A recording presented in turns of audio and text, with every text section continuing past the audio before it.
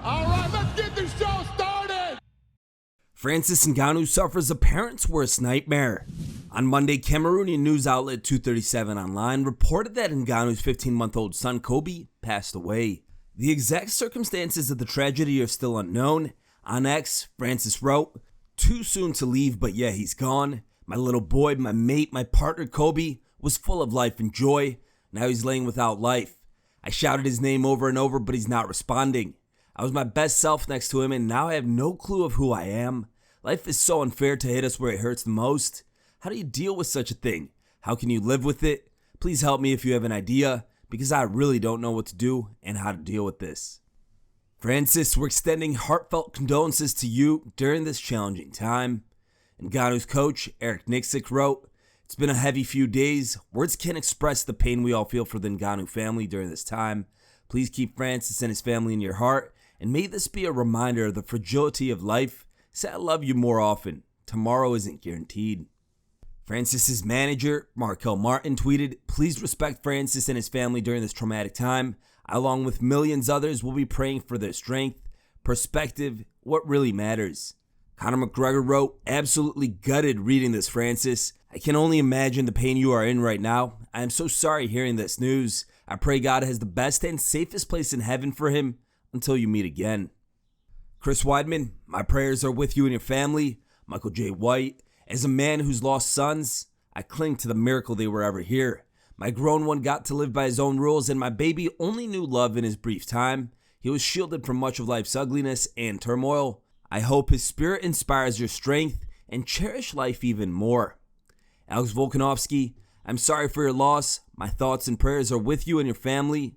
Chris Cyborg, "Dear Lord, I pray you comfort Francis and his family. Surround him with your love and ensure that he is protected by your guidance as he grieves this loss. Give him the strength to know that heaven is eternal and they will be together soon, as this life is just a blink of an eye. I ask this in your name. Amen." Terrence McKinney, "I'm a father with a kid about the same age, and I can't even imagine. I hope you find your peace, brother. You deserve it." Ian Garry continues to call out Colby Covington. Recently, Covington made an appearance on the Hodge Twins podcast and dismissed the idea of a fight with Garry, stating Ian is not serious about fighting and that a victory against him would not lead to a title shot. Despite Covington's dismissal, Garry continues to challenge Colby, urging him to agree to a bout that would serve as the co-main event for UFC 303. I call Colby the Cardio King. Yeah, he proves himself the Cardio King. Let's find out if Colby finds himself to be the Cardio King. Let's see if he'll show up June 29th, co-main, McGregor vs Chandler. And let's see if he'll put that to the test, little wimp. Doesn't want any of this smoke. His foot's sore. Did you know that? His foot's sore. He broke his foot in December. It's April. It'll be 6 months by June. But no, his foot's. Ready? And it's, yeah. Let's get it. Vamos, Colby. Vamos, no fear. And no, I'm not going to out cardio. I'm going to finish him in one. I don't need any cardio on. This is for the rest of the division when I dominate. Dominate.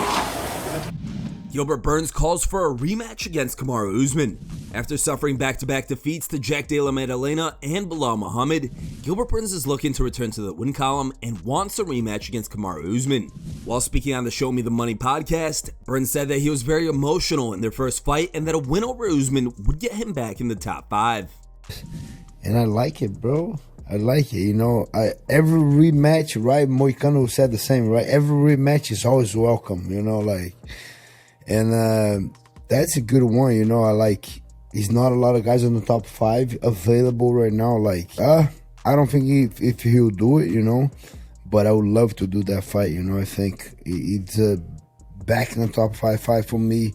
A rematch, yeah, for sure, fighting. Ain't got very emotional in the fight, you know. Make a couple dumb mistakes. I don't think I'll do that again. But Kamaru is a very intelligent fighter. Back then, he was the guy.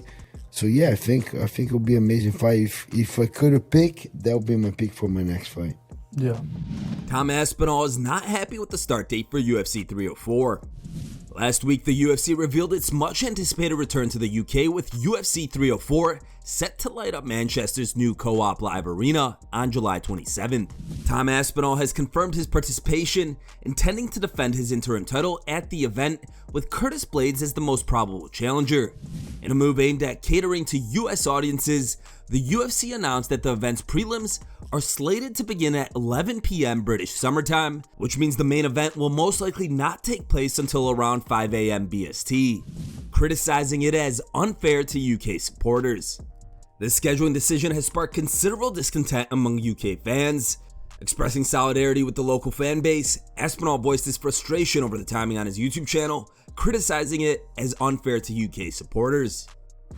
Well, as an athlete, as a fighter, in all honesty, it doesn't make that much difference. Probably for a couple of weeks before I'll have to wake up and train at that time or stay up or whatever.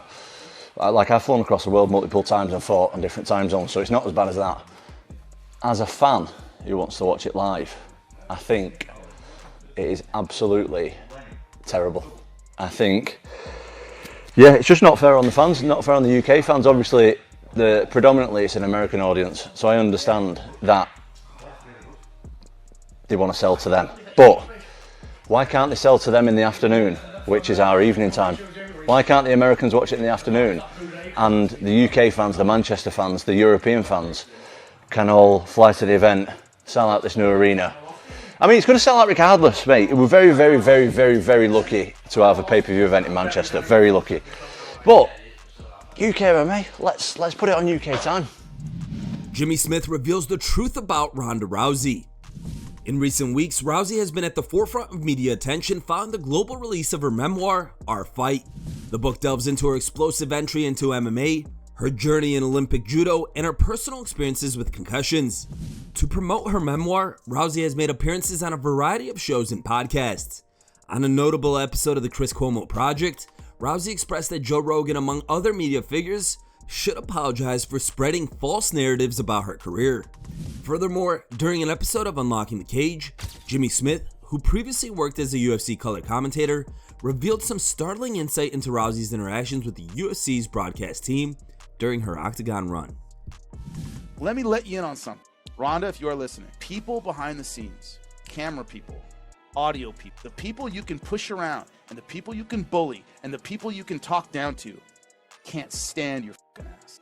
Everybody behind the scenes that had to put a mic on Ronda Rousey couldn't stand her.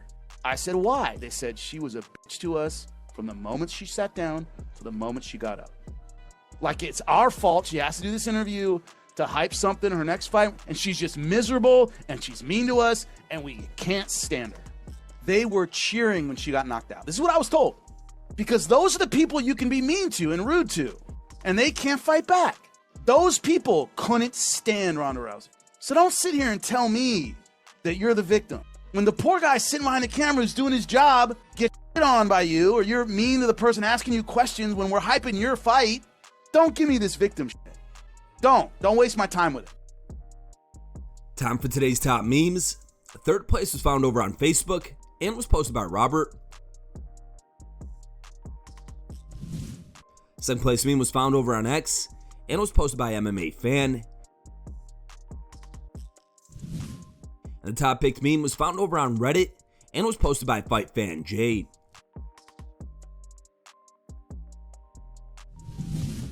Thanks for watching. If you like the content, smash that like button and don't forget to subscribe to stay in the talk.